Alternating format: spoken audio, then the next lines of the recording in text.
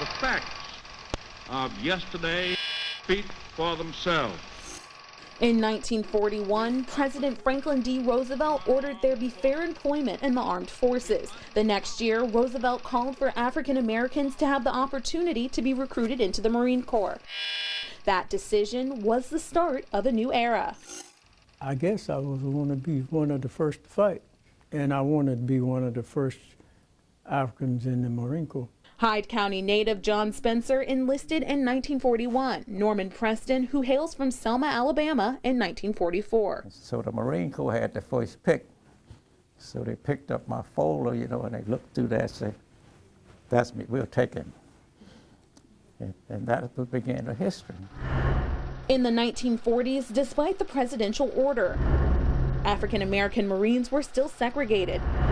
The only boot camp for black Marines was at Montford Point, a facility aboard Camp Lejeune right here in Jacksonville. And in them days, Camp Lejeune was just a name. You know, that was in segregation with his height. His blacks, we wasn't even allowed on main side Camp Lejeune. Preston and Spencer are two of the oldest Montford Point Marines still living in the Jacksonville area. Preston, who is 93 years old, served as military police. Your job was to look after the blacks and don't touch the white Marine. Let the city take care of them.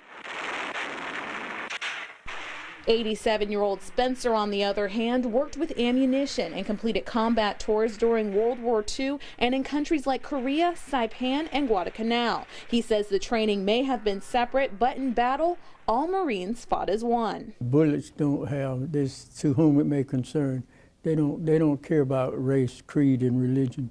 Spencer and Preston say they both can recall the many difficult days of fighting for their right to equality, but instead they choose to relish the memories of when they were honored for their spot in history. Both men traveled to Washington, D.C. to receive congressional medals for being original Montford Point Marines. That day, Preston remembers meeting the Commandant of the Marine Corps. He says, there's still some future in front of it. Quit dwelling on the past.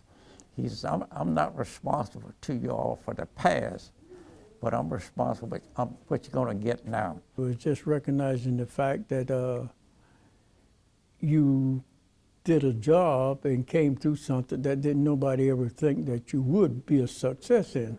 So if you ask either of these men, I don't see color.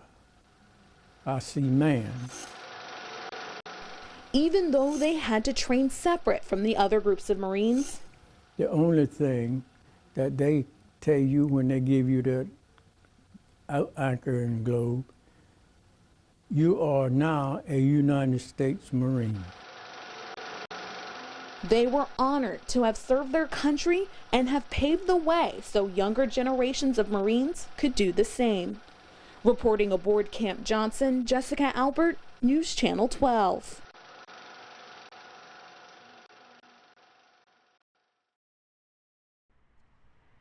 It's a sense of pride for Harlow. Harlow, North Carolina, a community settled by free African Americans as early as the mid-1700s. 14 of those free men of color would go on to fight against the British in the Revolutionary War. We have Martin Black, Isaac Carter, Their names etched in this plaque. Absalom Martin. Ed Carter traced his genealogy and says he's related to at least 4 of the Patriots, but the one ancestor he could prove, Absalom Martin, made it possible for Carter to be inducted into the North Carolina Society, Sons of the American Revolution. And that's the sad scenario because our story has not been told. Carter's story also begins in Harlow, where his family still owns property along Clubfoot Creek. He was educated in a 4-room school, received an academic scholarship to Virginia State University, and went on to become a research physicist at Columbia University. But he says his accomplishments pale in comparison to those of his forefathers. Think about it. 14 black people voluntarily fought for this country. Fought without being forced. They didn't have to go to war. The soldiers are recognized in the book African American Patriots in the Southern Campaign of the American Revolution. It says Martin was a free mulatto, enlisted as a private, and served for 12 months. So what does this plaque mean to you? It means everything to me. It's a sense of pride like I never had before. This building where the plaque hangs is also part of Harlow's history. It once served as a segregated school and is now home to a Head Start and Senior Center. Just as its role has changed, Carter hopes to bring change to the SAR by creating its first majority African American chapter. From American history classes, we tend to think that the American Revolution was a white-only affair. Well, that was never true. Guy Higgins, a self-professed amateur historian and member of the South Carolina SAR, is working with Carter on the project. He says historians now estimate between 10 and 20% of the Continental Army was black. That's good, but the important thing to know is that it was a totally integrated force. You didn't have black-only units like they had in other wars. It was an integrated war. They fought together as equals. They fought in the Battle of White Plains, New York, the Battle of Charleston, and defended Fort Hancock at Cape Lookout, to name a few. Like his ancestors, Carter also served in the Army and received the Bronze Star and Vietnamese Cross of Gallantry for his service in Vietnam. He went on to become a Greenville School Board member, city councilman, and the city's first black mayor. It has been blessings throughout my life, and I'm just so appreciative of it all. And he appreciates the sacrifices of those 14 brave men. You're choking up. Can't help it. I can't help it. I'm so proud. And every day I'm just more thankful to God that the story is finally being told.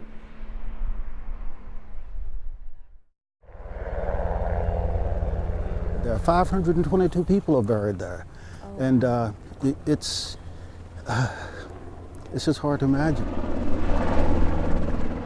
Hard to imagine all that's buried here. The names buried in history, the memories buried in time. They started burying here in 1862 when Burnside captured Newburgh. Their stories buried for more than a century, now uncovered by Ben Watford, president of the James City Historical Society. The former teacher who moved from New York to Eastern Carolina has spent years walking this land, uncovering the stories behind the bones, stories of the free men and slaves buried here. This was called the Far Cemetery because it was so far from the Trent River Settlement. The Trent River Settlement, where thousands of former slaves and their families settled after the Civil War. Eventually, it was renamed James City. Why are there no markers for those graves? In 1942, when the military were building Cherry Point, they camped on this area. It was Camp Mitchell. They took all the tombstones and buried them someplace, and we don't have a clue. Watford led the campaign to set up this monument to honor them all. Those people buried there could have been anything. They could have been doctors, lawyers, teachers, and they just didn't have the opportunity. So we would be no blacks in this country if it were not for slavery. So we have to appreciate what they went through and the problems they went through. Until that monument, these pieces of stone, all that remained of those graves. These are fragments of tombstones, but there are not enough information on these to actually identify individuals. But one name endured on this tombstone that survived. They did an archaeological study. They found this. This was one of the headstones that we recovered. Oh my gosh. It's marble. It's marble. It's the same quality of a headstone these days. Oh my goodness. So it had to be, like I said, a prominent family. Wow. Doesn't it give you chills? This, the headstone of Caroline Perry, a wife born September 1st, 1818, who died 77 years later.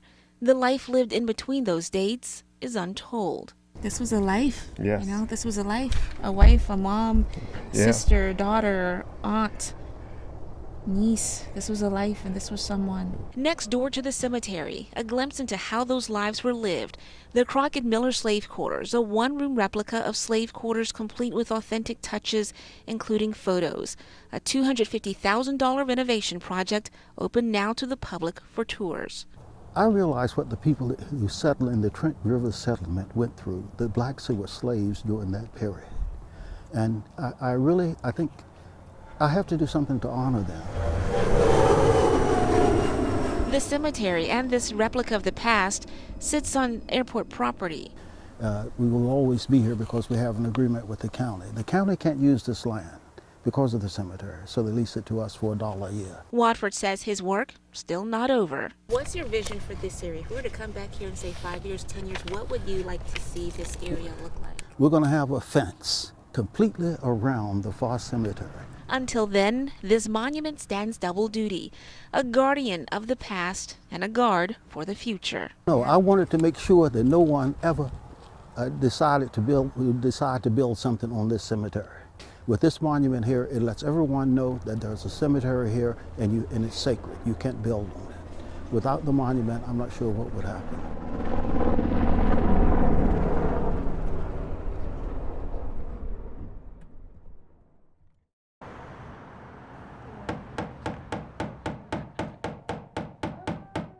This Black History Month, more than 60 African-American artists are being featured in a special exhibit at the Jacksonville Arts Council downtown. The exhibit spotlights artists from Wilson, Edgecombe, Duplin, Nash, Pitt, Wayne, Jones, and Lenoir counties who have influenced many genres of music in eastern North Carolina and beyond. This show will show you everything from rhythm and blues to religious leaders around eastern North Carolina. One of the featured artists is local music legend Dick Knight of Kinston.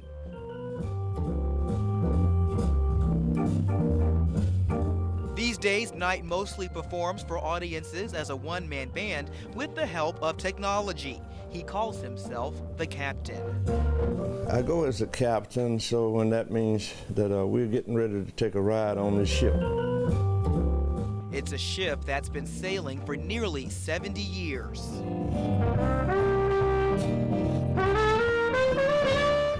Knight says he's learned to play every instrument, but it's the trumpet he plays the best. It helped land him the job of a lifetime, playing in James Brown's band in the 60s when Knight says the godfather of soul was at the top of his game. But a friend he met when he moved to Kinston in 1964 also helped him get that job. Knight's first job after college was in Kinston as a band teacher, and that's how he met Nathaniel Jones, a fellow band director. Jones eventually left Kinston to work as band leader for James Brown, and he later asked Knight to come along to play first trumpet. I don't know nobody in their right mind would say no to that. Oh! I feel good. I knew that I would. Knight traveled all over with James Brown. He also went on to play with Otis Redding and artists like Rufus Thomas, Dionne Warwick, and Gladys Knight. He would eventually go back to teaching to avoid being drafted in the Vietnam War. What a wonderful world. Music has been a fountain of passion that has never run dry. It's a gift that has given him a full life. I have nothing to really say I didn't attain that I tried to do. The Lord is so good to me. I did it my way. It's a gift he wants to share for as long as he can, like all the gifts and stories shared in this exhibit of the African American music trails of eastern North Carolina. I want them to take the show away and invite the performers. I want them to call Raleigh and say, I want this exhibit in my community.